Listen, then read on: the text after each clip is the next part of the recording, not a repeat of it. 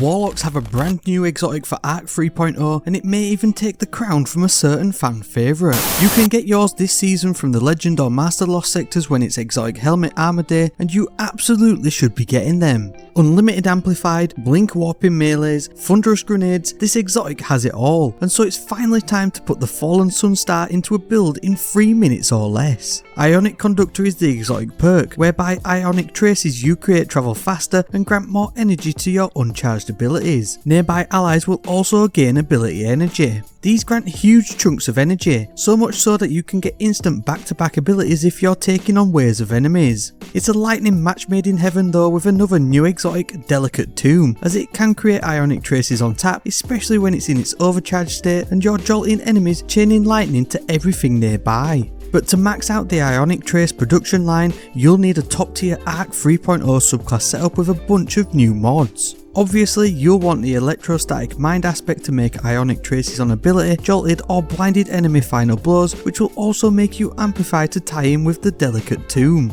As we've got maximum uptime for abilities, the new Lightning Surge melee is up next, and you'll effectively be able to spam it, jolting enemies and chaining lightning. Spark of Beacons is the main fragment though, which will turn your exotic fusion dial up to 11, as not only will you jolt enemies, but you can now also set off a blinding explosion to affect nearby targets when you're amplified. Spark of Discharge will also help to double down on creating ionic traces. Spark of Recharge will then boost your ability cooldowns when critically wounded, and Spark of Resistance will keep you alive. As for mods, we're going to juice this one up to the max by using elemental armaments along with bountiful wells to create a bunch of arc wells. Well of Striking will grant more melee energy when collecting one, and you can buff your melee damage output with the Well of Ions. Elemental Time Dilation will increase the timer of that too, giving you more time to pick your target. Outreach and Focusing Strike will work hand in hand to boost your melee and rift cooldowns even further. Apply all the usual stat boosting perks wherever you want to maximise your loadout, and I'll leave the Destiny Item Manager build link down below for you to copy. And if you did enjoy this quick 3-minute build, Getaway Artists got a huge change this season, so it's time to find out why they're so good.